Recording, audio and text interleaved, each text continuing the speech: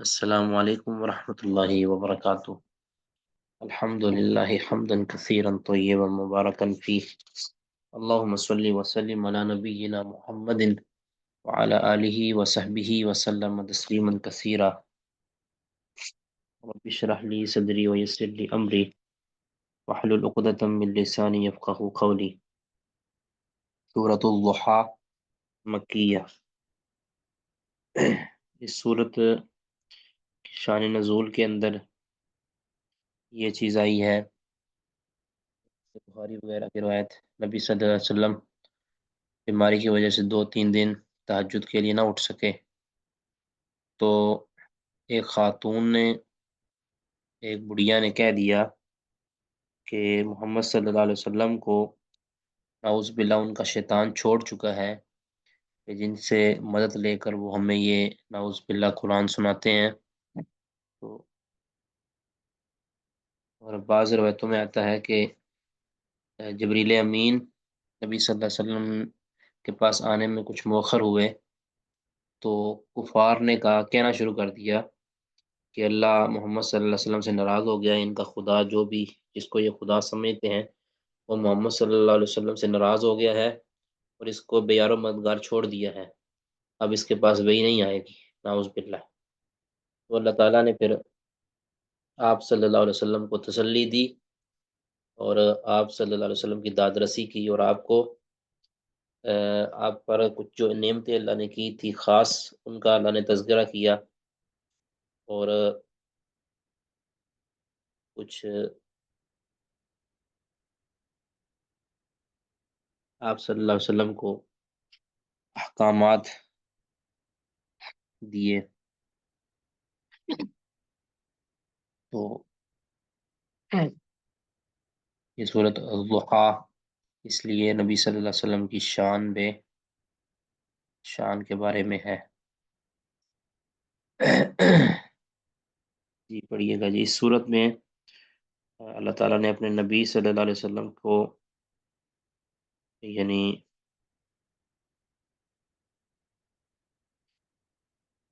اپنی نعمتیں گنوائی ہیں۔ ٹھیک ہے جی، پڑھیے گا۔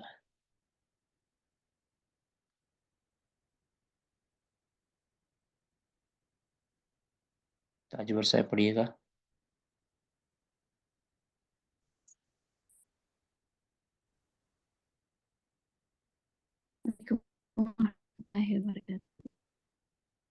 وعلیکم السلام ورحمۃ اللہ۔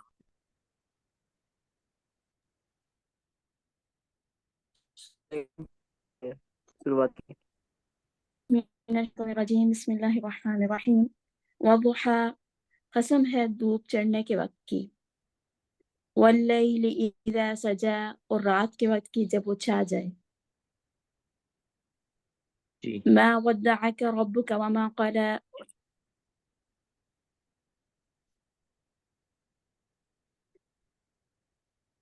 نہ تیرے رب نے تمہیں چھوڑا اور نہ وہ تجھ سے ناراض ہوا۔ ہاں جی، یہ اللہ نے 2 قسمیں اٹھا کر آگے پھر کفار کے اور اس بڑھیا کے اعتراض کو رفع کیا۔ یہ جو تم کہتے ہو کہ محمد صلی اللہ علیہ وسلم کو ان کا رب چھوڑ چکا ہے، یہ غلط بات ہے۔ نہ محمد صلی اللہ علیہ وسلم، اے محمد، نہ تمہیں تمہارے رب نے چھوڑا ہے اور نہ ناراض ہوا ہے کہ ناراض ہو کر وہی کا انقطاع کر دیا ہو، ایسا نہیں ہے۔ اچھا، سجا کہتے ہیں کہ چھا جانے کو، اور ضحیٰ چاشت کے وقت کو، جب سورج بالکل روشن ہو جائے، دن پوری طرح چڑھ جائے، اس طرح ضحیٰ کی نماز پڑھی جاتی ہے۔ جی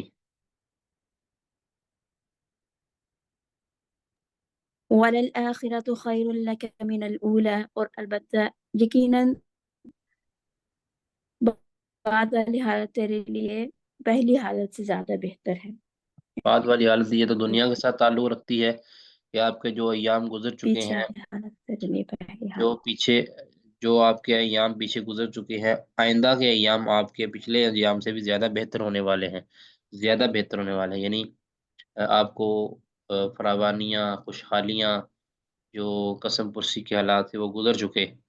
اب آگے آپ کے لیے آسانیاں ہونے والی ہیں۔ آپ کو ترویج و ترقی ملنے والی ہے، کامیابی کی سیڑھیاں آپ چڑھنے والے ہیں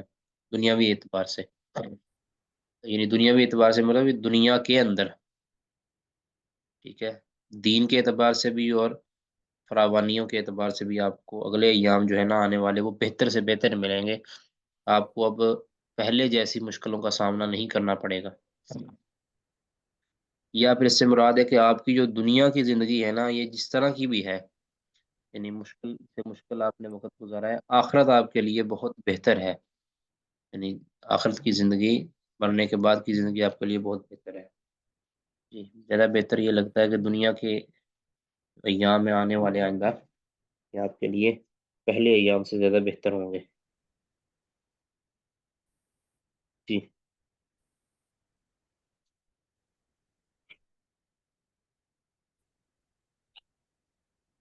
وَلَيَسْتَوِيَ رَبُّكَ فَطَبْعًا عن قریب رب نے وعدہ کرے گا کہ پاس تو راضی ہو جائے گا۔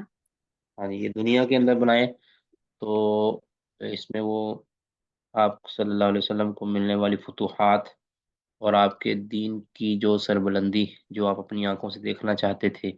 وہ اللہ تعالیٰ آپ کو دکھا دے گا اور آپ بالکل راضی خوشی ہو جائیں گے۔ اور اسی طرح یہ مکہ کی زندگی جو آپ کے لیے مشکل ہے، ایک وقت آئے گا کہ مکہ فتح ہو جائے گا، سارے آپ کے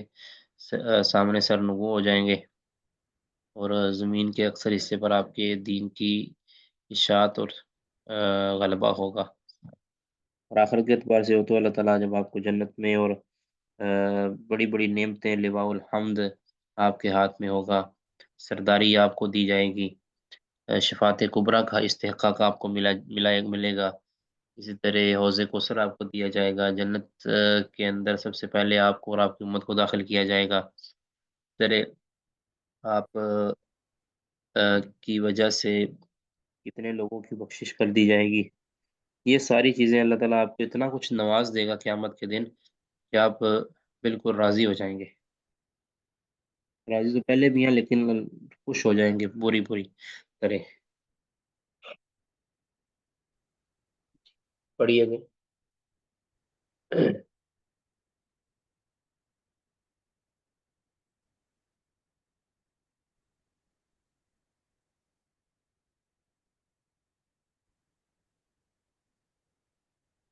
آپ کی آواز نہیں آ رہی؟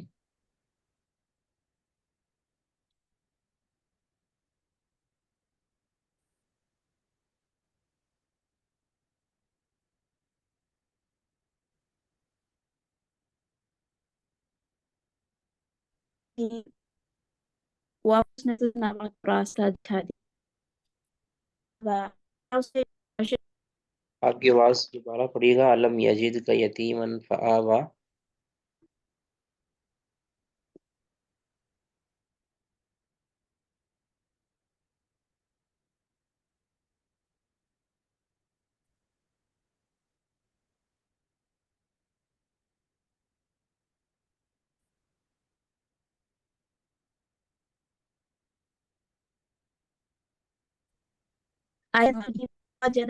اور اس نے تجھے رکھا وَوَضَعَكَ عَائِلًا فَأَغْنَىٰ، اور اس نے تجھے تنگ دست پایا تو غنی کر دیا۔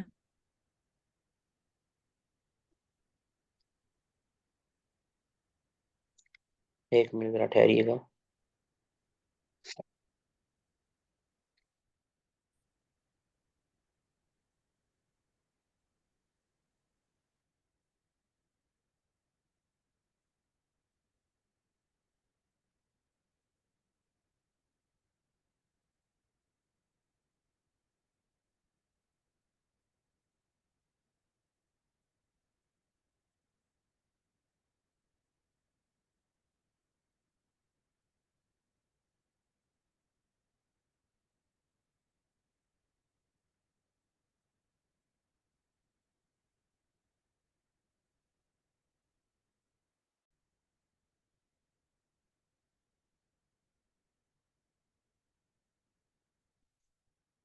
جی، علم یجد کا یتیما فآوا،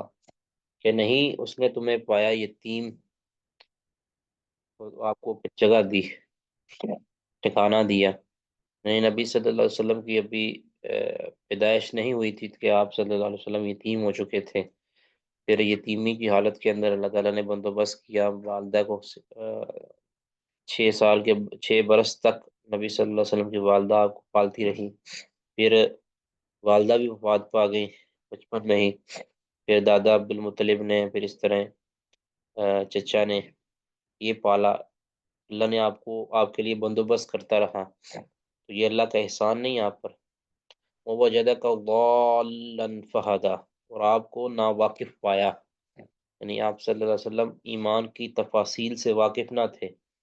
یعنی کس طرح اللہ کو راضی کرنا ہے، کس طرح اللہ رب العزت، یعنی عبادت کرنے کے جو طور طریقے، جو مشروع اعمال تھے، اس سے اللہ تعالیٰ آپ ناواقف تھے۔ فہدا، تو اللہ نے آپ کی وحی کے ذریعے رہنمائی کی کہ کون سی چیزیں اللہ کی رضا کے لیے ہیں، اللہ کی عبادت کے طور طریقے کون سے ہیں۔ ویسے تو اللہ رب العزت نے آپ کو شرک سے محفوظ رکھا، گناہوں سے محفوظ رکھا، لیکن گناہوں سے بچنا کافی نہیں تھا، آگے اللہ کی عبادت بھی کرنا تھی۔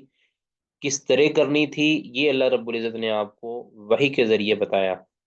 ٹھیک ہے۔ وَوَجَدَكَ ضَالًّا، آپ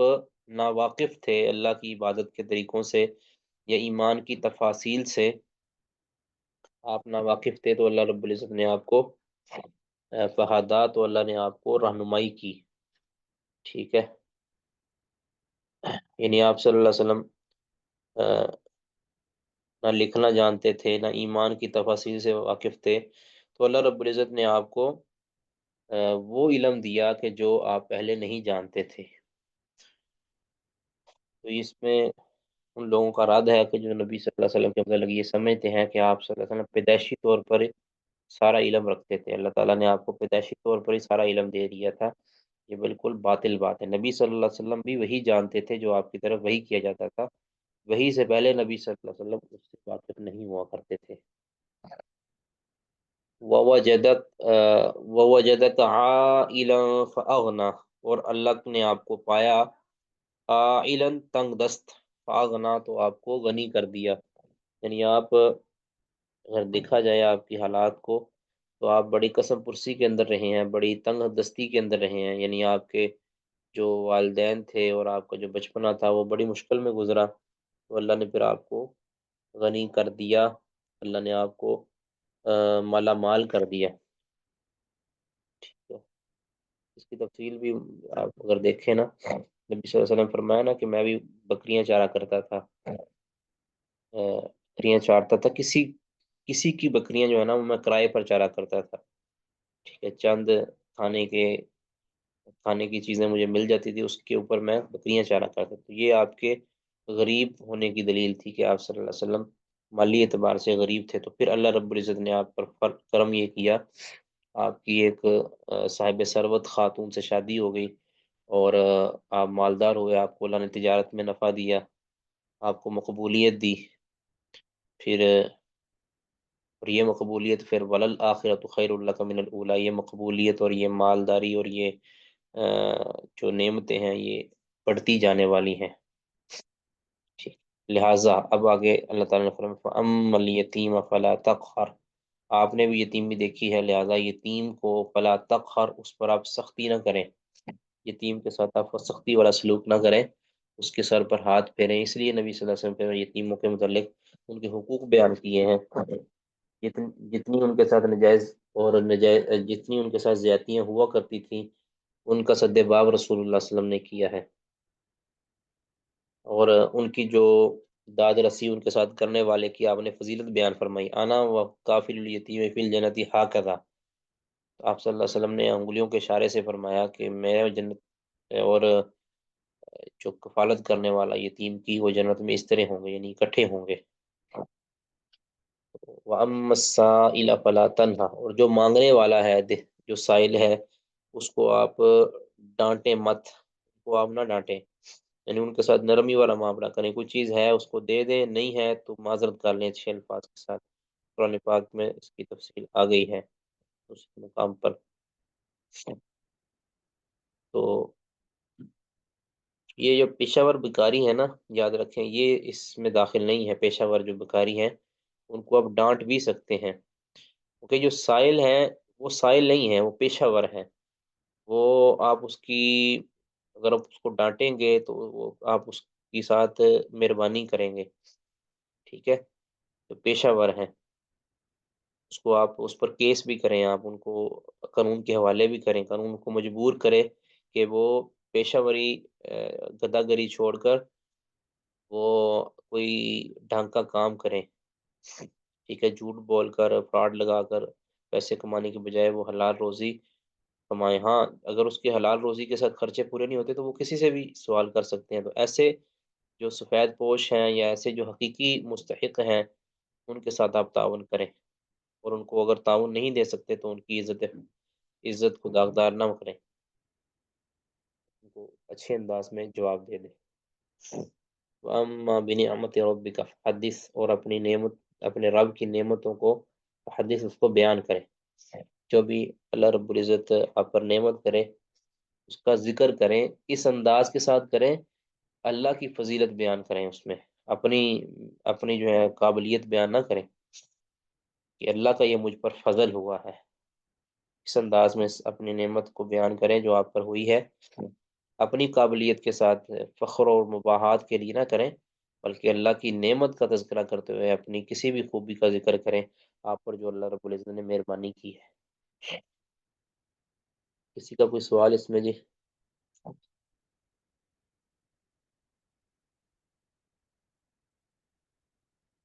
جی،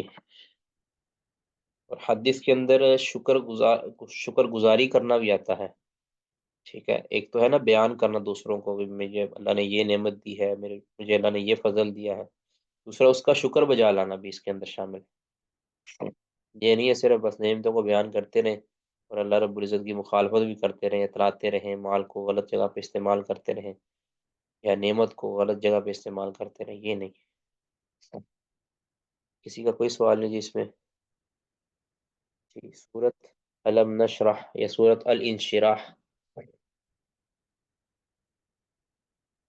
نشرح کا مطلب انشراح کا مطلب ہوتا ہے کشادہ کرنا، سینہ، شرح صدر جس کو کہتے ہیں، سینے کا اطمینان، دل کا اطمینان، دل کی وسعت،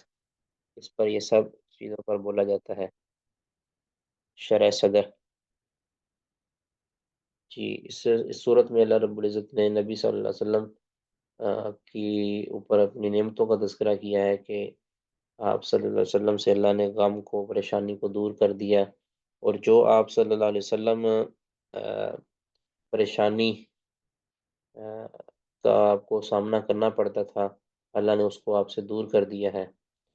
اور آپ صلی اللہ علیہ وسلم کو پھر مزید ترغیب بھی دی ہے کہ آپ فارغ وقت زیادہ سے زیادہ الگ تھلگ ہو کر اللہ رب العزت کے ذکر کے اندر گزارے۔ جی، پڑھیں گے جی آگے دوسرے جو ہیں، کیا نام ہے، فرا کلیم صاحبہ پڑھیے گا۔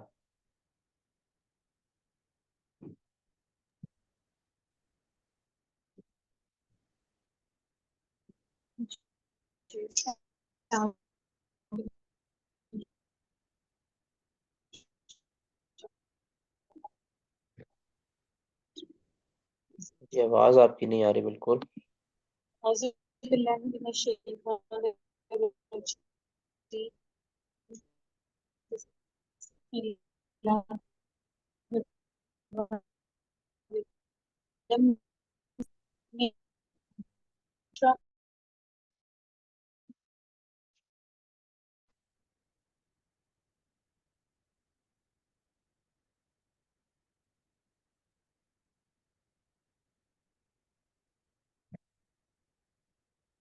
جی، اب پڑھیے گا جی۔ بسم الله الرحمن الرحيم. بسم اللہ الرحمن الرحیم. علم نشرح لک صدرک، کیا نہیں ہم نے کھول دیا تیرے لیے سینہ تیرا، ووضعنا عنک وزرک، اور اٹھا لیا ہم نے تجھ سے بوجھ تیرا۔ ہاں جی، یعنی کیا نہیں کا مطلب ہے یقیناً ہم نے آپ کا سینہ کھول دیا ہے، ٹھیک ہے، یقیناً ہم نے آپ کا سینہ کو کھول دیا ہے اور شرح صدر آپ کو دے دیا ہے، دل کا اطمینان، سرور وہ آپ کو دے دیا ہے، اور یعنی شرح صدر سے یہاں یہ بھی ہے کہ آپ کے دل کو وحی کی عادت ڈال دی ہے، وحی الہی جو کہ آپ کے لیے بڑی گراں بوجھ تھا شروع میں آپ کے لیے اٹھانا، ہم نے آپ کے دل کو موافق کر دیا ہے۔ ویسے تو یہ جو وحی کا بوجھ اٹھانا کوئی آسان کام نہیں تھا، ہم نے آپ کے سینے کو کھولا، آپ کے سینے کی طہارت کی، اور اب آپ کو یہ چیز اچھی لگنے لگی ہے کہ آپ کی طرف وحی اترے۔ شروع میں تو آپ جانتے ہیں نا، صحیح بخاری میں نے پڑھا تھا کہ آپ کے لیے وہ وحی جو آپ کے اوپر نازل ہوتی تھی بڑی ہی آپ پر مشکل ہوتی تھی، آپ اس کو یاد کرنا، آپ پھر آہستہ آہستہ آپ کی عادت ہم نے بنا دی ہے، آپ کے سینے کو کشادہ کر دیا، آپ کو عادت بنا دی ہے اس کی۔ تو وضعنا عنک وزرک، اور ہم نے آپ سے بوجھ آپ کا جو ہے یہ اتار دیا ہے۔ یہ دو معنی کیے گئے، ایک تو یہ وحی کی جو تنگی اور سختی جو ہوتی تھی آپ کے اوپر، اس کا بوجھ ہم نے ہلکا کر دیا ہے، یا یہ بھی ہے کہ آپ سے ہم نے گناہ ختم کر دیے ہیں، گناہ، ٹھیک ہے، آپ سے ہم نے گناہوں کا بوجھ یہ اتار دیا، یعنی آپ گناہ نہیں کرتے، آپ کو عصمت دے دی ہے۔ یہ بھی ہمارا کیا گیا۔ الذی انقض ظہرک، وہ جس نے توڑ دی تھی تیری کمر، ہاں جی، یعنی جس نے ورفعنا لک ذکرک، کہ جو وحی کا بوجھ آپ کے اوپر اس نے آپ کی کمر توڑ کے رکھ دی تھی، مطلب آپ کے اوپر بڑی گراں تھی یہ، تو ہم نے اس کے وزن کو ہلکا کیا اور آپ کے سینے کو کشادہ کر دیا۔ جی ورفعنا لک ذکرک، اور بلند کیا ہم نے تیرے لیے تیرا ذکر، یعنی ہم نے آپ کے لیے آپ کا ذکر بلند کر دیا ہے۔ یعنی اس کی تفسیریں تو موقوف، اس کی ایک صحیح موقوف روایت آتی ہے، ایک ضعیف مرفوع بھی آتی ہے، کہ ذکر سے مراد کہ جہاں بھی اللہ رب العزت کا ذکر ہے اس کے ساتھ ساتھ اللہ نے آپ کا ذکر بھی، محمد صلی اللہ علیہ وسلم کا ذکر بھی کر دیا ہے، چاہے کلمہ ہو، چاہے وہ نماز ہو، چاہے وہ اذان ہو، چاہے وہ قرآن و سنت ہو، یعنی بہت سے مقام ایسے جہاں اللہ رب العزت نے آپ کا ذکر ساتھ کر دیا ہے، اور آپ کو آپ کے تذکرے کو عام کر دیا ہے، یہ کبھی بھی یعنی بلایا نہیں جانے والا، اذان ہو، اقامت ہو، نماز ہو، کلمہ ہو، ان کو ہر جگہ پہ آپ صلی اللہ علیہ وسلم کو، آپ صلی اللہ علیہ وسلم کا ذکر اللہ نے ساتھ رکھا ہے۔ جی فإن مع العسر یسرا، پس یقیناً تنگی کے ساتھ آسانی ہے، ان مع العسر یسرا، بے شک تنگی کے ساتھ آسانی ہے۔ یعنی ہر تنگی کے ساتھ اللہ تعالیٰ نے آسانی رکھی ہوئی ہے، آپ پریشان نہ ہوں، آپ کے یہ جو مکی زندگی کے مشکل حالات ہیں یہ پیش خیمہ ہوں گے انشاءاللہ ایک آسانی اور کشادگی کا۔ تو اب یہ نبی صلی اللہ علیہ وسلم کو جو اللہ تعالیٰ نے جب یہ خبر دی ہے، تو اس سے مطلب اس سے آپ صلی اللہ علیہ وسلم کو یہ سمجھانا مقصود تھا کہ آپ بے فکر ہو جائیں، کہ جب یہ آپ سمجھ جائیں گے نا کہ یہ جو تنگی میرے سے اوپر گزر رہی ہے، یہ پریشانی جو میں جس کو میں گزار رہا ہوں، اس کے بعد آسانی آنے والی ہے، تو پھر آپ کے لیے یہ جو آپ کی قوم کی جو آزمائشیں ہیں، آپ کی قوم کی طرف سے جو آنے والی اذیتیں پریشانیاں ہیں، یہ آپ کے اوپر بوجھ نہیں بنے گی، یہ آپ کو آسانی کی طرف لے جائیں گے، اور آپ کبھی بھی اللہ کی طرف دعوت دینے سے باز نہیں رہیں گے۔ یعنی آپ کو پتہ ہے کہ یہ جو مجھے سامنا کرنا پڑ رہا ہے، اس کے بعد اللہ نے خبر دے دی ہے کہ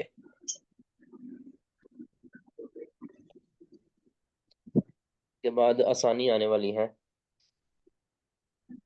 یہ حدیث بولا اس کے بعد آسانی اس کے بعد آنے والی ہے، تو آپ کے لیے یہ پریشان کن معاملہ نہیں بنے گا۔ فَإِذَا فَرَغْتَ فَانصَبْ، لہذا جب بھی آپ کو فراغت ہو، فإذا فرغت فانصب، تو محنت کر، تو بس آگے جب آپ، تم فارغ ہو جاؤ تو محنت کرو، ہاں جی، فَانصَبْ، یعنی ایسی محنت کرو کہ آپ تھک جائیں، تھکنے والی محنت کریں، نصب ان کا مطلب ہوتا ہے نا تھکنا، تو فَانصَبْ، آپ کوشش کریں اور اپنا اس نصب العین بنائیں، اس کو اپنی کوشش کریں، اجتہاد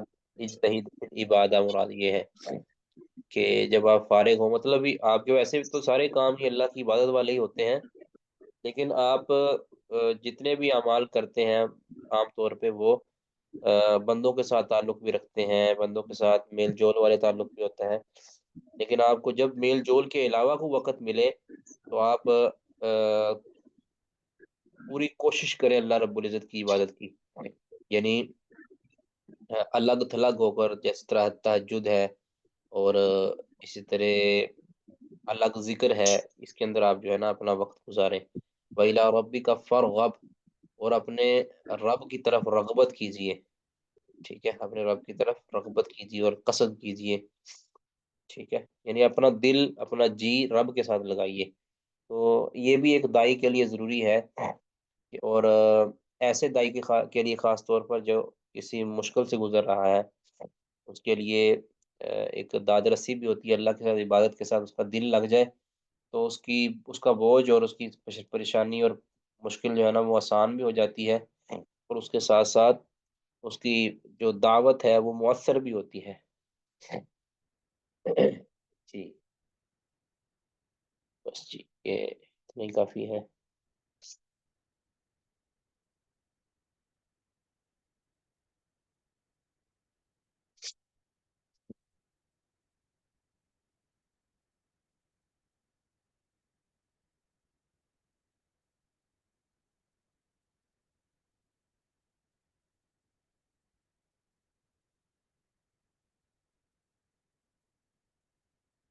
جی، سوالات تو باب ذکر اللہ بالامر و ذکر العباد بالدعاء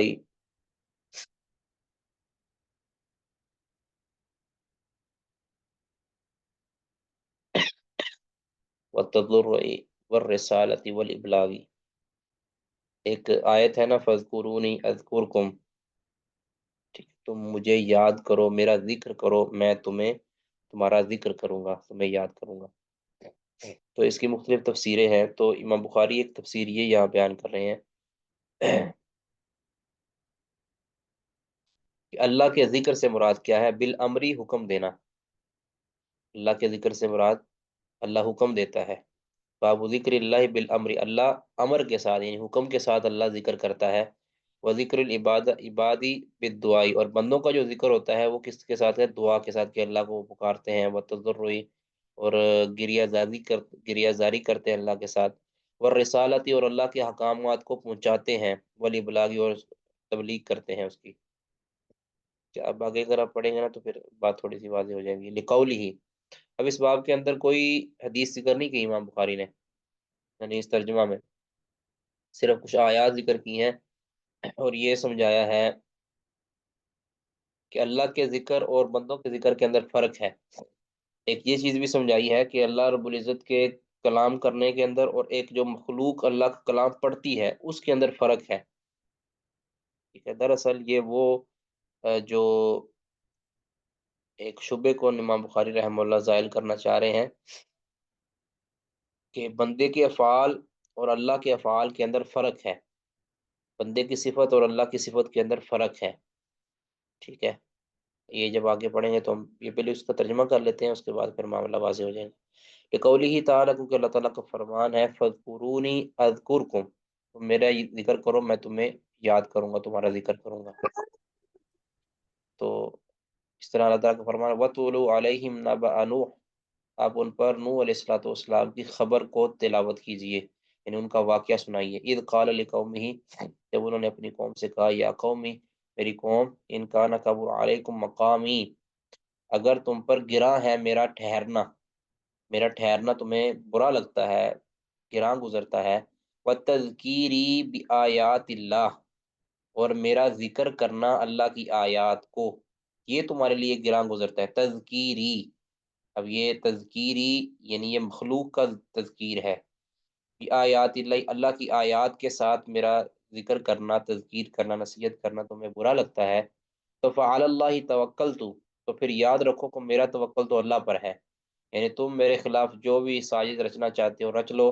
میرا پر اللہ کو بھروسہ ہے، مجھے تم اگر کچھ کرنا چاہتے ہو تو کر کے دیکھ لو، اگر تمہیں برا لگتا ہے میرا تمہارے ہاں ٹھہرنا اور میرا تمہیں تبلیغ کرنا، یہ تمہیں گراں گزرتا ہے، تو پھر میرا اللہ پر توکل ہے۔ فَأَجْمِعُوا أَمْرَكُمْ وَشُرَكَاءَكُمْ، تو تم پھر اکٹھا کر لو اپنے معاملے کو، مطلب کہ تم اپنی پلاننگ بنا لو اور اپنے شریکوں کو بھی اکٹھا کر لو، سارے مل کر زور لگا لو۔ ثم لا یکن امرکم علیکم غمۃ، پھر نہ ہو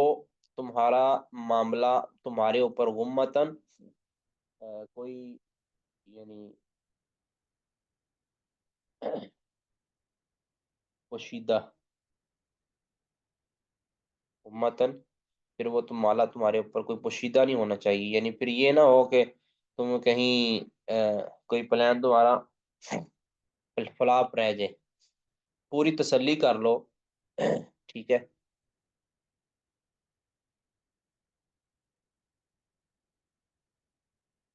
ملتبسن یعنی کوئی یعنی معاملہ غلط ملت نہ ہو تمہارا، پوری طرح پلاننگ کر لو، کہیں تو کوئی پلان کے اندر خرابی نہ رہ جائے۔ ثم مقضو الیہ، پھر میری طرف فیصلہ کر دو، ٹھیک ہے، پھر میرے ساتھ آپ نے وہ پلاننگ،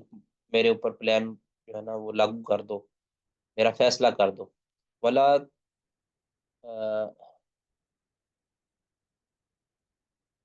ولا تنظرونی، اور پھر مجھے تم مہلت نہ دینا، ٹھیک ہے، پھر مجھے اس پلان کے اندر کوئی مہلت نہ دینا، میرے اوپر فیصلہ کر دو، اگر تم مجھے کچھ کرنا بھی چاہتے ہو پھر پورا پلان بنا کے میرا اوپر فیصلہ کر دو۔ تو فَإِن تَوَلَّيْتُمْ، اگر تم پھر گئے، فما سألتکم من اجر ان اجری الا علی اللہ، پھر یاد رکھو کہ میں تم سے کچھ نہیں مانگتا، کوئی اجرت نہیں مانگتا، میری اجرت صرف اللہ پر ہے، یعنی میں جو تبلیغ کرتا ہوں میں تم سے کوئی اس کے بدلے اجرت نہیں مانگتا، میرا اجرت صرف اور صرف اللہ پر ہے، اجر۔ وَأُمِرْتُ أَنْ أَكُونَ مِنَ الْمُسْلِمِينَ، اور مجھے مسلمان ہونے کا حکم دیا گیا ہے کہ میں مسلمانوں میں سے ہوں، فرما برداروں میں سے ہو جاؤں۔ تو غمہ اس کا معنی کر رہے ہیں ہم وضیق، کوئی پریشانی اور کوئی تنگی نہ تم پر ہو، یہ ایک معنی اس کا کرتے ہیں، ٹھیک ہے، غم اور تنگی۔ قال مجاہد، مجاہد کہتے ہیں کہ اقضوا الیہ، اقضوا الیہ ما فی انفسکم،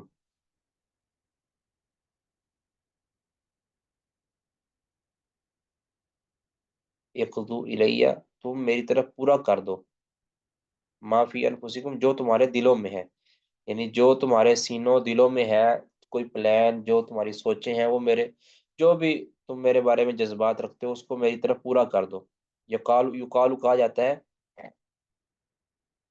ہے کہ افرق ای اقضی، یعنی افرق فرق ہے نا فیصلہ کرنا، اقضی میں نے فیصلہ کر دینا، کہا جاتا ہے افرق، تو اسی سے ہے جو ہے نا یہ اصل میں آیت مبارکہ ہے نا، کیا اس کی طرف اشارہ ہے، ٹھیک ہے، ثم قضوا، ادھر کے ثم قضوا الیہ، ٹھیک ہے، تو کہتے ہیں کہا جاتا ہے افرق، فیصلہ کر دو، اقضا اقضی فیصلہ کر دو، اس کا معنی یہ۔ وقال مجاہد، مجاہد کہتے ہیں وَإِنْ أَحَدٌ مِّنَ الْمُشْرِكِينَ اسْتَجَارَكَ، اگر کوئی مشرکوں میں سے کوئی بھی استجارہ کا آپ سے امان مانگے، آپ سے پناہ مانگے، فَأَجِرْهُ، تو آپ اس کو پناہ دے دیں، یعنی کوئی مشرکوں میں سے کوئی بندہ آتا ہے اور کہتا ہے کہ مجھے آپ کے پاس پناہ چاہیے، تو آپ اس کو کچھ نہ کہو، اس کو پناہ دے دو، حتیٰ یسمع کلام اللہ، یہاں تک کہ وہ اللہ کے کلام کو سنے گا، یعنی آپ کے پاس وہ پناہ لے گا تو وہ آپ کی جو تلاوت آپ کرتے ہیں وہ اللہ کے کلام کو سنے گا، آپ جو تلاوت کرتے ہیں آپ کی تلاوت کو یعنی اللہ کے کلام کو وہ سنے گا۔ تو آگے پھر آیت ہے جی، ایک میں مکمل آیت پڑھتا ہوں۔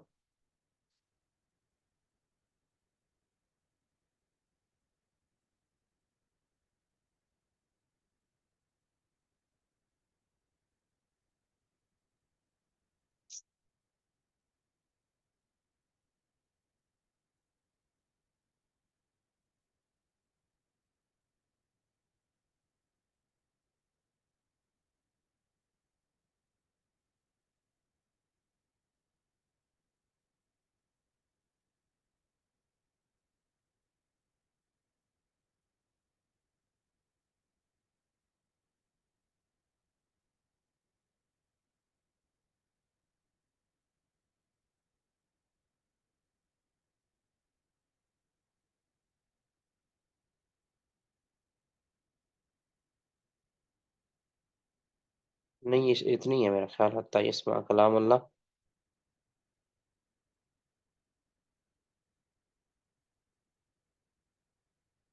ہاں یہ وَإِنْ أَحَدٌ مِّنَ الْمُشْرِكِينَ اسْتَجَارَكَ فَأَجِرْهُ حَتَّى يَسْمَعَ كَلَامَ اللَّهِ ثُمَّ أَبْلِغْهُ مَأْمَنَهُ، پھر ان کو اسے پہنچا دو مأمنہ اپنے امن والی جگہ پر، یعنی جہاں سے وہ آیا ہے اس کو وہاں پہنچا دو. یہ نہ آپ کو جو ہے نا ٹھہرے رہنے دو، تاکہ وہ آپ سے جو ہے نا اللہ کا کلام سنے. پھر اس کو تم جب وہ پناہ لے لے تو پناہ کے بعد اس کا وقت مکمل ہو جائے تو وہ اس کو جانے دو جہاں سے وہ آیا ہے، ایسی جگہ پر جہاں پہ اس کو امن مل جائے. ذالک بأنہم قوم لا یعلمون، یہ اس وجہ سے کہ یہ لوگ علم والے.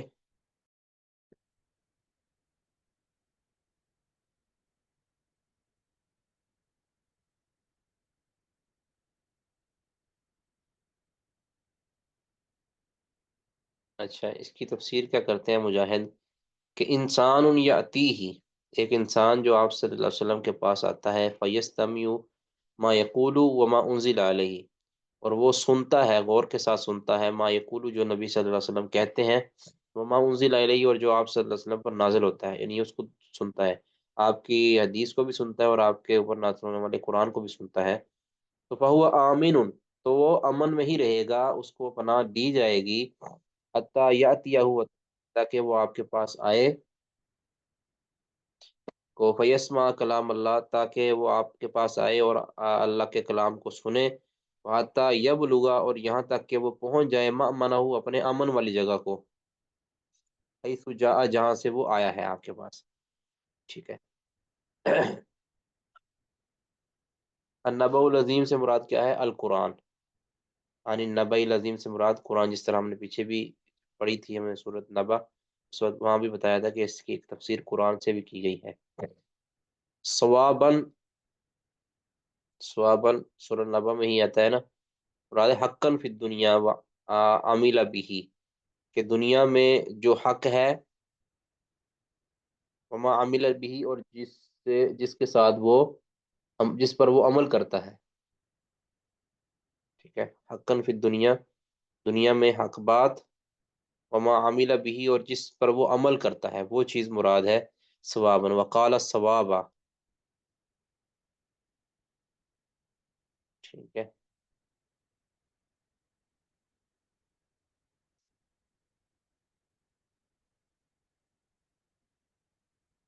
قال حقاً. ٹھیک ہے.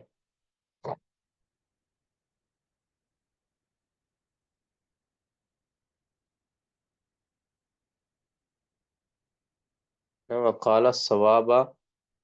کس طرح ہے؟ اللہ،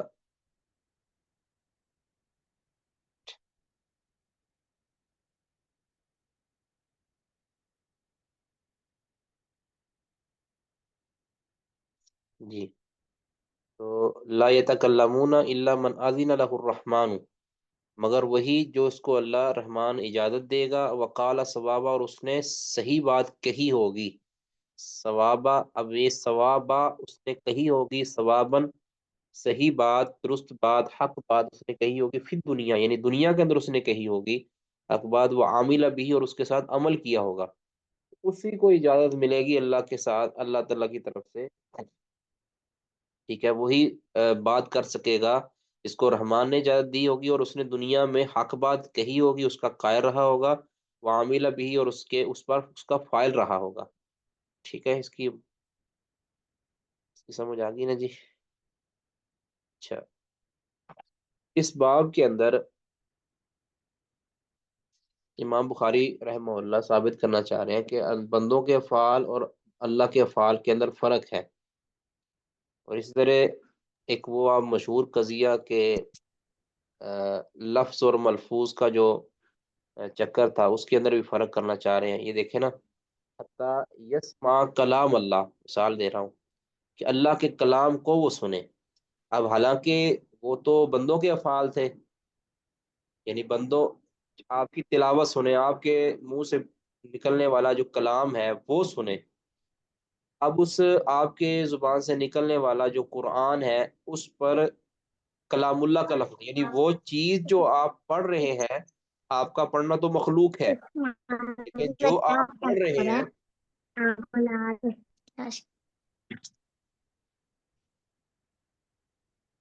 یعنی جو آپ پڑھ رہے ہیں وہ کیا ہے؟ اللہ کا کلام ہے، اور آپ کا پڑھنا یہ مخلوق ہے۔ تو مشہور مسئلہ ہے نا، پیچھے ہم نے اس پر بات ویسے کر دی ہے، صرف مختصر یہ کہ آپ کا قاری کا پڑھنا یا کسی کا عمل کرنا یہ تو فعل ہے بندے کا، اور اس کے اندر جو چیز پڑھی جا رہی ہے، جو چیز تلاوت کی جا رہی ہے، وہ اللہ رب العزت کی صفت ہے اور اللہ کا کلام ہے۔ تو اللہ تعالیٰ کا جو ذکر ہے یہ امر کے ساتھ ہے کہ اللہ حکم دیتا ہے، اور بندے کا ذکر کیا ہے، بندے کا فعل کیا ہے؟ دعا کے ساتھ، تضرع کے ساتھ، رسالت اور ابلاغ کے ساتھ۔ ٹھیک ہے،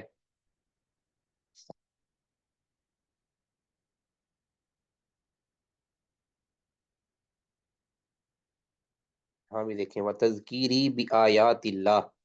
اللہ کی آیات کا میرا نصیحت کرنا۔ اب یہ جو اللہ کی آیات پڑھ کر جو میں نصیحت کرتا ہوں یہ تو مخلوق ہے، یہ میرا فعل ہے۔ آگے جو اس میں جو میں نصیحت تمہیں کرتا ہوں، جو الفاظ بیان کرتا ہوں نصیحت کے، وہ اللہ کا کلام ہے، اللہ کی آیات ہے۔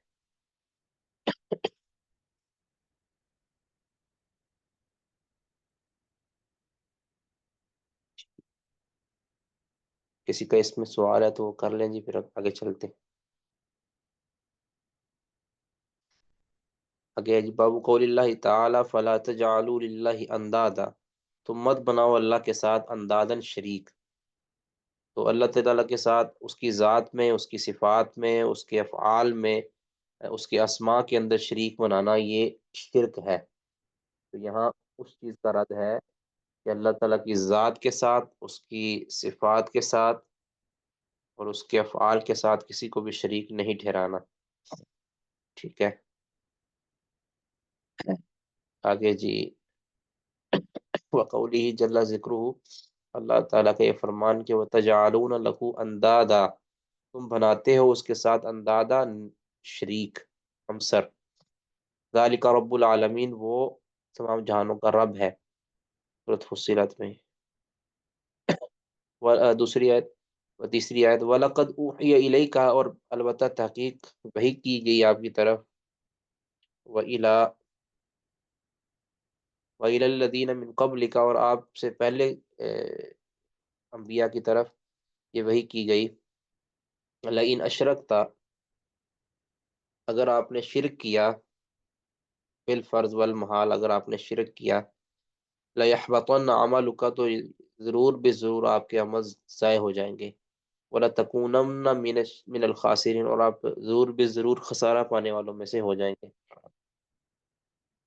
یعنی اللہ کے ساتھ شرک کرنا، اللہ کے ساتھ ند بنانا، اس کی نفی ہے، اور اللہ کے ساتھ عبادت کو خالص کرنا، شرک کی نفی کرنا، یہ ضروری ہے۔ یہ اللہ تعالی امام بخاری یہاں یہ آیات لانے کا مقصد یہ ہے کہ شرک کی ہر اعتبار سے نفی کرنی ہے، ہر اعتبار سے۔ تو اچھا، اس پر بات میں پہلے ترجمہ اس کا کر، بل اللہ فاعبد وکم من الشاکرین، بلکہ اللہ ہی کی تم عبادت کرو، وکم من الشاکرین، اور شکر کرنے والوں میں شامل ہو جاؤ۔ اللہ فاعبد، تو فا یہاں یہ زائدہ ہے، ٹھیک ہے، زائدہ یعنی نظم کے اندر زیادہ، واقعی اس کا تو فوائد ہے نا۔ بل اللہ، اللہ ہی کی تم عبادت کرو، وکم من الشاکرین، اور شکر کرنے والوں، یعنی عبادت کو صرف اللہ کے ساتھ خاص کر دو۔ وقوله، اور اللہ تعالیٰ کا فرمان کہ والذین لا يدعون مع اللہ الہا آخر، کہ اللہ والے وہ ہیں کہ جو اللہ کے ساتھ کسی دوسرے الہ کو نہیں پکارتے۔ وقال اکرمہ، اکرمہ کہتے ہیں کہ وما یؤمن اکثرهم باللہ الا وهم مشرکون، یہ آیت جو ہے نا کہ اکثر اللہ کے ساتھ ایمان لانے والے نہیں ہیں مگر وہ شرک کرنے والے۔ فرمایا ولا، اور آگے اللہ کا فرمان ہے وَلَئِن سَأَلْتَهُم مَّنْ خَلَقَهُم، اگر آپ ان سے پوچھیں کہ کس نے انہیں پیدا کیا، وَمَنْ خَلَقَ السَّمَاوَاتِ وَالْأَرْضَ، اور کس نے زمین و آسمانوں کو، زمین و آسمان آسمانوں اور زمین کو پیدا کیا، فیقولن اللہ، تو وہ ضرور بھی ضرور کہیں گے کہ اللہ نے، فذالک ایمانہم، تو امام اکرمہ کہتے ہیں فذالک ایمانہم، یہ ان کا ایمان ہے، یہ ان کا ایمان ہے، وہم یعبدون غیرہ، جبکہ وہ عبادت کرتے ہیں اللہ کے غیر کی، تسلیم کرتے ہیں، زبان سے اقرار کرتے ہیں کہ اللہ کے علاوہ کوئی بھی خالق نہیں ہے زمینوں آسمانوں کا، لیکن پھر بھی عبادت کرتے ہیں غیر کی. تو یہ ان کا ایمان ہے، ایک طرف زبان سے اقرار ہے، دوسری طرف ان کی عبادت کا، ان کا عملی طور پر اس کے خلاف عمل ہے.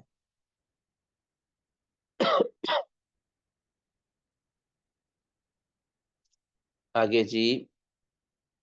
وما ذکر فی خلق افعال العباد و اقصابہم،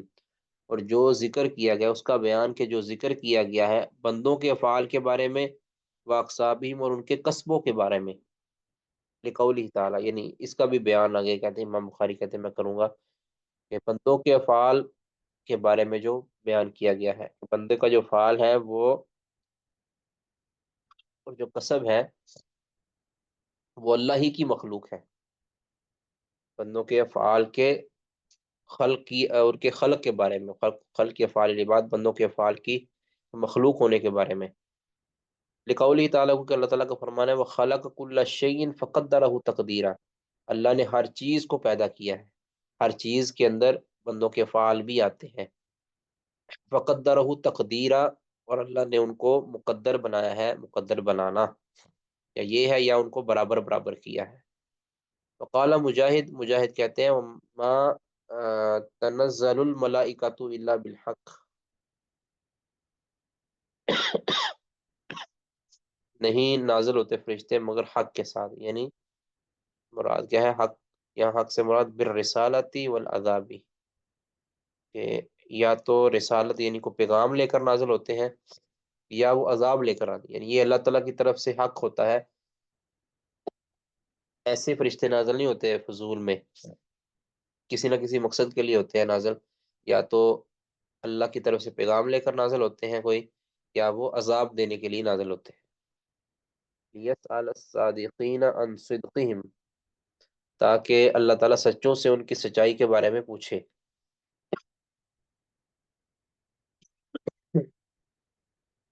اس میں یعنی سچ بولنا یہ بندوں کا کسب ہے. امام بخاری رحمہ اللہ نے آگے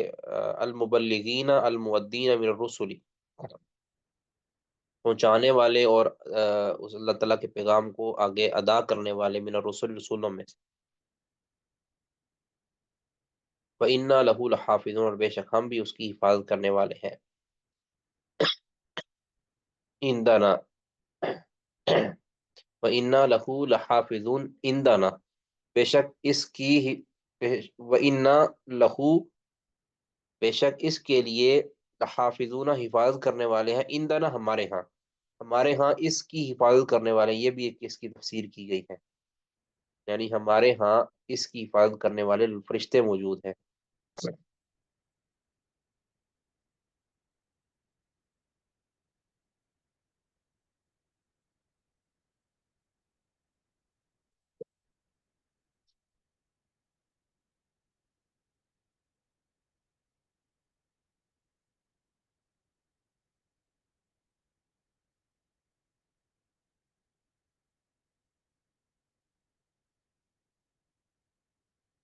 جی یہ ہے نا.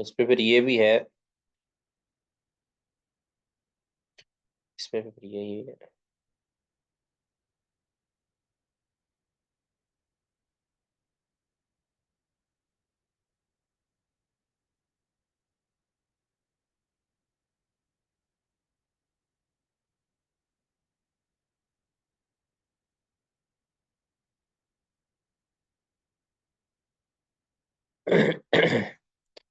ایک اس میں اور بھی یہ بات کہ انا نحن نزلنا الذکر و انا لہ لحافظون،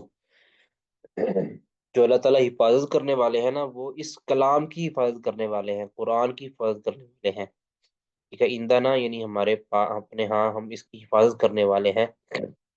تو اللہ تعالیٰ حفاظت کرتے ہیں کلام کی، بندوں کے اعمال کی حفاظت نہیں کرتے، یعنی بندوں کے اعمال کے بارے میں اللہ نے کیا فرمایا ہے کہ وَإِنَّ عَلَيْكُمْ لَحَافِظِينَ كِرَامًا كَاتِبِينَ، تمہاری اوپر اللہ نے حافظین مقرر کیے ہیں۔ تو بندوں کے افعال اس کو لکھنے والے کون ہیں؟ وہ فرشتے ہیں، لیکن جو قرآن ہے اس کی حفاظت اللہ تعالیٰ خود کرتے ہیں۔ تو یہ ایک فرق ہے کہ اللہ رب العزت نے قرآن کی حفاظت تو اپنے ذمہ لی ہے، ٹھیک ہے، اللہ نے جو ذمہ داری لی ہے وہ قرآن کی حفاظت کی لی ہے۔ جو افعال اب بندوں کے افعال ہیں، جو بندوں کی قراتیں ہیں یا بندوں کے جو تلاوتیں ہیں، ان کی حفاظت اللہ تعالیٰ نے خود نہیں لی، وہ اللہ نے فرشتوں کو سونپی ہے، وہ لکھیں گے۔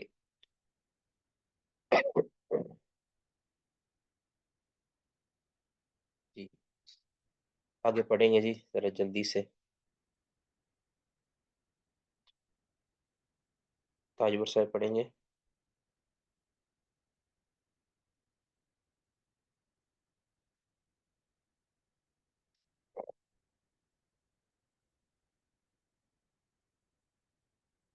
حدثنا قتيبة بن سعيد قال حدثنا جرير عن منصور عن أبي وائل عن عمرو بن شرحبیل عن عبد الله قال سألت النبي صلی اللہ علیہ وسلم أي الذنب أعظم عند الله، میں نے نبی صلی اللہ علیہ وسلم سے پوچھا کہ کون سا گناہ اللہ کے نزدیک سب سے بڑا ہے؟ فرمایا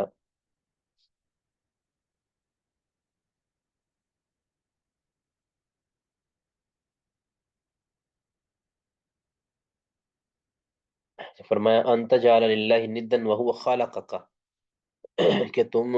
اللہ کے ساتھ شریک بنا دو، وهو خلقک، جبکہ اس نے تمہیں خلق کیا ہے۔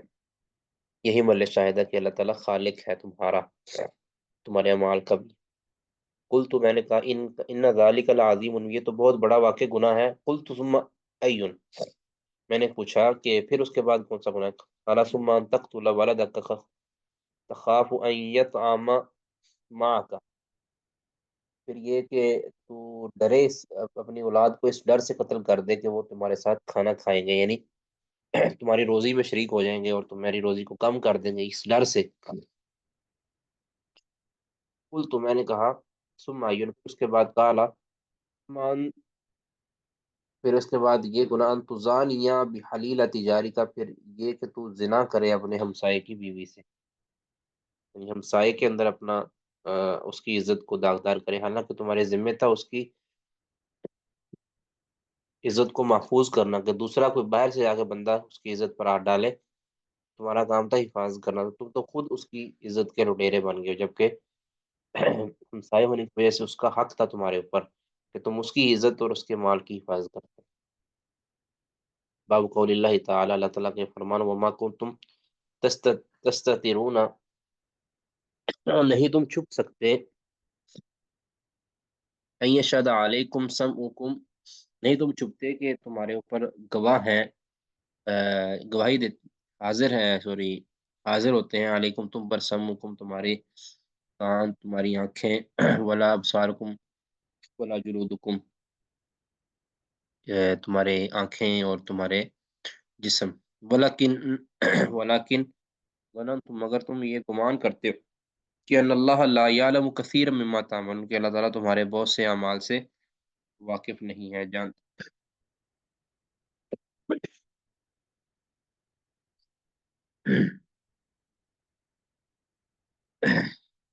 یعنی تمہارا یہ چھپنا اس وجہ سے نہیں ہے کہ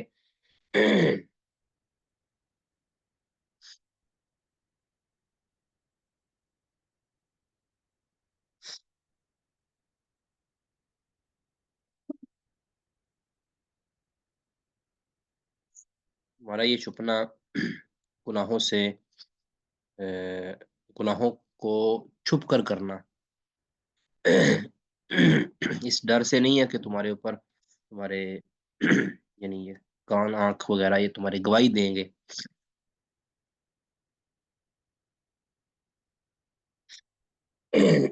یعنی اس ڈر سے تم چھپ کر گناہ نہیں کرتے کہ تمہیں اگر تمہارے کانوں آنکھوں نے یا لوگوں نے تمہیں دیکھ لیا تو تمہارے خلاف گواہی دیں گے، بلکہ تم اس لیے کرتے ہو کہ تم یہ سمجھتے ہو کہ اللہ تعالیٰ تمہارے بہت سے اعمال سے مال کو جانتے ہی نہیں ہے، تم یہ سمجھتے ہو کہ جس طرح ہم بندوں سے چھپ جاتے ہیں اللہ تعالیٰ سے بھی ہم اس طرح چھپ جائیں گے، جبکہ ایسا نہیں ہے تمہارا یہ اس طرح کرنا یہ غلط ہے، اللہ تعالیٰ کے لیے تو قریب بعید کوئی چیز نہیں ہے۔ حدثنا الحمیدی قال حدثنا سفیان قال حدثنا منصور عن مجاہد عن نبی معمر عن عبد الله قال اجتمع عند البيت ثقفيان وقرشي او قرشيان وثقفي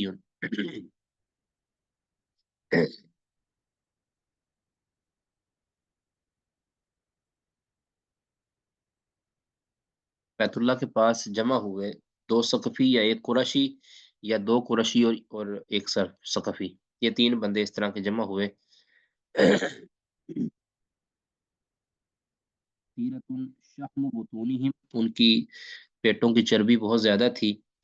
قلیلتن فقہ قلوبہم، اور ان کے دلوں کی جو سمجھ ہے فقہ ہے وہ قلیل تھی۔ یہ عام طور یہ ضروری نہیں ہے کہ جس کی پیٹ کی چربی زیادہ ہو اس کے دل کی سمجھ کم ہوتی ہے، یہ ضروری نہیں ہے، یہ ویسے ہی انہوں نے یعنی ان لوگوں کی ناسمجھی کی وہ بات کر رہے تھے۔ ویسے تو عام طور پہ بہت سے ایسے لوگ ہیں جن کے پیٹ بڑے ہوتے ہیں لیکن ان کی فقہ بھی بڑی عظیم ہوتی ہے، ایسا ہو سکتا ہے۔ تو بعض لوگوں نے اگرچہ یہ کہا ہے کہ جن کے پیٹ کی چربی زیادہ ہوتی ہے یقیناً وہ زیادہ کھاتے ہوں گے اور زیادہ کھانے سے سستی پڑتی ہے اور سستی سے غفلت آتی ہے، غفلت کی وجہ سے ان کی فکر کم ہو جاتی ہے۔ تو یہ اگرچہ بعض لوگوں نے یہ کہا ہے لیکن یہ کوئی کلی قاعدہ نہیں ہے، بہت سے ایسے لوگ ہوتے ہیں جن کی جس طرح بہت سے صحابہ ایسے تھے کہ جن کے پیٹ زیادہ تھے تو لیکن ان کی فکر لازوال اور بے مثال اور بے نظیر تھی تو لہٰذا یہ کلی نہیں ہے، عام طور پہ ایسا کہہ سکتے ہیں آپ۔ تو یعنی وہ ان کی سمجھ کم تھی، سمجھ بوجھ میں وہ کم تھے۔ فقال احدهم، ان میں سے ایک نے کہا اترون ان اللہ یسمع ما نقول، تمہارا کیا خیال ہے کیا اللہ تعالیٰ ہماری باتوں کو سنتا ہے، جو ہم کہتے ہیں کیا وہ اللہ تعالیٰ سنتا ہے؟ قال الاخر، دوسرا کہنے لگا یسمع ان جہرنا ولا یسمع ان اخفینا، اگر ہم اونچی آواز میں بات کریں تو وہ سنتا ہے، اگر ہم آہستہ آواز بات کریں تو نہیں سنتا۔ وقال الاخر، اور دوسرا کہنے لگا کہ ان کانا یسمع، اگر وہ سنتا ہو اذا جہرنا، جب ہم اونچی آواز میں بات کریں، اگر وہ اونچی آواز میں ہماری بات سنتا ہے تو فإنه يسمع اذا اخفینا، تو وہ ہماری آہستہ بات کو بھی سن سکتا ہے۔ کیوں؟ کیونکہ اونچی آواز میں بات کرنے سے جو آواز سنائی دیتی ہے نا، اس کی بھی ایک کیپیسٹی ہے نا، مثلا ایک بندے نے اگر اونچی آواز میں بات کی ہے تو وہ ایک کمرے کی حد تک بات اونچی، ایک کمرے میں موجود لوگ سنیں گے، دوسرے تیسرے کمرے والے تو نہیں سن سکتے نا۔ تو اس بندے نے کہا کہ اگر تو اللہ تعالیٰ ہماری مخفی باتوں کو سن سکتا ہے، اونچی آوازوں کو باتوں کو سن سکتا ہے، تو وہ مخفی کو بھی سن سکتا ہے، کیونکہ جب اونچی کی بھی ایک کیپیسٹی ہوتی ہے تو جو اونچی بھی، یعنی ایک بندہ 1 کلومیٹر دور کھڑا ہے فرض کیا، تو اگر ہم اونچی آواز میں بات کر رہے ہیں تو اگر وہ ہماری اونچی بات کو سن سکتا ہے تو وہ ہماری آہستہ آواز کو بھی سن سکتا ہے، ٹھیک ہے؟ تو جب اللہ رب العزت ہماری اونچی بات کو سنتا ہے جو کہ ہمارے دور ہے ہم سے، تو وہ ہماری آہستہ آواز کو بھی سن سکتا ہے، تو اس اعتبار سے انہوں نے یہ بات کی۔ تو انہوں نے قیاس کیا، پہلے نے جو قیاس کیا تھا وہ باطل قیاس کیا تھا، انہوں نے مخلوق کو اللہ کے اوپر قیاس کر لیا، یعنی خالق کو مخلوق پر قیاس کر لیا کہ جس طرح ہم آہستہ آواز کو نہیں سنتے اور اونچی آواز کو سن لیتے ہیں تو اللہ کو بھی شاید اس طرح کا ہوگا۔ دوسرے نے صحیح قیاس کیا کہ جب اللہ رب العزت کی ذات کے بارے میں ہم یہ کہہ رہے ہیں کہ وہ ہماری اونچی آواز کو سنتا ہے، جبکہ ہماری اونچی آواز کتنی دور جا سکتی ہے، تو اللہ رب العزت کے لیے تو گرچہ دور نہیں ہے، لیکن ہم جو سمجھ رہے ہیں کہ ہم اونچی آواز میں بات کریں تو اللہ سنتا ہے، تو ہماری اونچی آواز کتنی دور تک جا سکتی ہے؟ ساتوں آسمانوں کے اوپر تو نہیں جا سکتی۔ تو اللہ جب ہماری اونچی آواز کو سنتا ہے تو پھر ہماری آہستہ آواز کو بھی اللہ تعالیٰ سن سکتا ہے، کہ ہماری اونچی آواز تو زیادہ سے زیادہ وہ 10 20 30 گز دور چلی جائے گی، تو اللہ رب العزت تو دور کی آواز کو بھی سنتا ہے، لہٰذا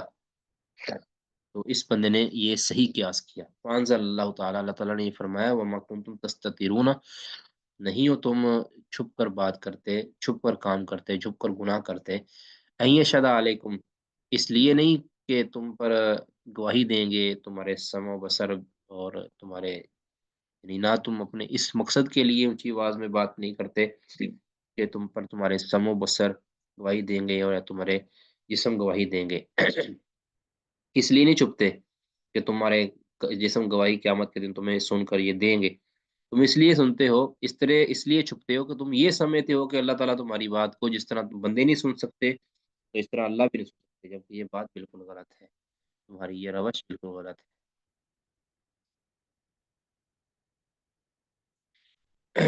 باب قول اللہ تعالی،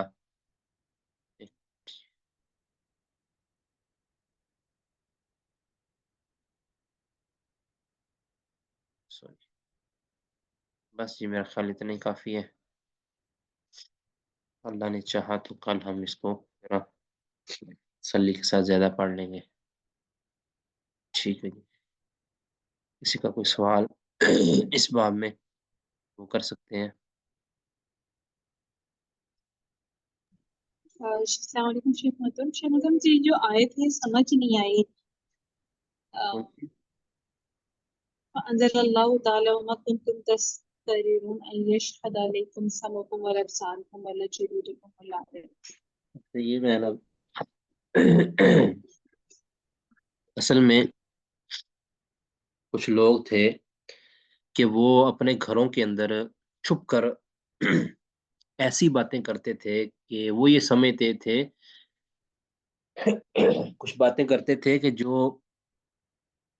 بری باتیں تھی، شرعی طور پہ وہ بری باتیں تھی، وہ چھپ کر یہ باتیں کرتے تھے، اور وہ یہ اس لیے نہیں کرتے تھے، ایسا وہ چھپ کر جو کرنے والے ہیں وہ اس لیے نہیں کرتے تھے کہ وہ عنقریب دوبارہ زندہ کیے جائیں گے اور ان پر ان کے سمع و بصر اور ان کے جو جلود ہیں وہ ان پر گواہی دیں گے، یہ اس لیے نہیں کرتے تھے، بلکہ اس پر تو وہ ایمان ہی نہیں لاتے تھے کہ دوبارہ زندہ ہونے کو، بلکہ وہ یہ سمجھتے تھے کہ جب وہ لوگوں سے چھپ سکتے ہیں نا، لوگوں کی آنکھوں سے اوجھل ہو کر وہ اپنے پلاننگ کر سکتے ہیں گھروں میں بیٹھ کر چھپ کر، وہ کہتے ہیں وہ اللہ کے علم سے بھی وہ چھپ سکتے ہیں، وہ یعنی وہ سمجھتے تھے کہ وہ مخلوق کو اللہ کو مخلوق پر قیاس کرتے تھے، ٹھیک ہے، سمجھ آئیے نا، یعنی وہ چھپ کر اس لیے چھپتے نہیں ہیں کہ ان کا یہ عقیدہ ہے کہ ہمیں ہماری آنکھیں اور ہمارے کان جو ہے نا یہ گواہ ہو جائیں گے اور قیامت کے دن ہمیں گواہی دیں گے، اس لیے نہیں وہ چھپتے تھے، ان کے چھپنے کی وجہ یہ تھی وہ یہ سمجھتے تھے کہ جس طرح ہم لوگوں کی آنکھوں سے، لوگوں کے علم سے ہم اوجل ہو رہے ہیں نا، الگ ہو رہے ہیں، اس طرح ہم اللہ رب العزت سے بھی ہم چھپ رہے ہیں، اللہ کے علم سے بھی ہم باہر ہو رہے ہیں، وہ یہ سمجھتے تھے، تو اللہ تعالیٰ نے اس کا پھر رد کیا، وما کنتم تستترون، نہیں ہو تم چھپتے اس لیے کہ یعنی تمہارے چھپنے کے پیچھے یہ عقیدہ نہیں ہے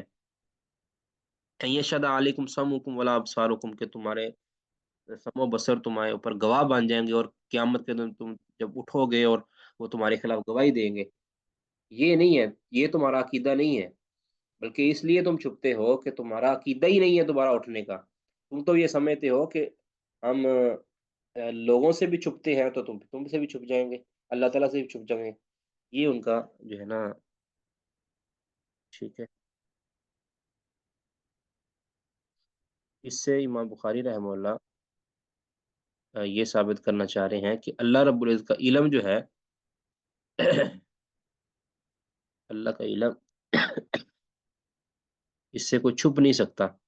اللہ کا علم ہر جگہ پہ ہے، ہر ایک کو محیط ہے، چاہے کوئی چھپ کر کرے یا اعلانیہ کرے، اللہ تعالیٰ کے لیے دونوں چیزیں برابر ہیں۔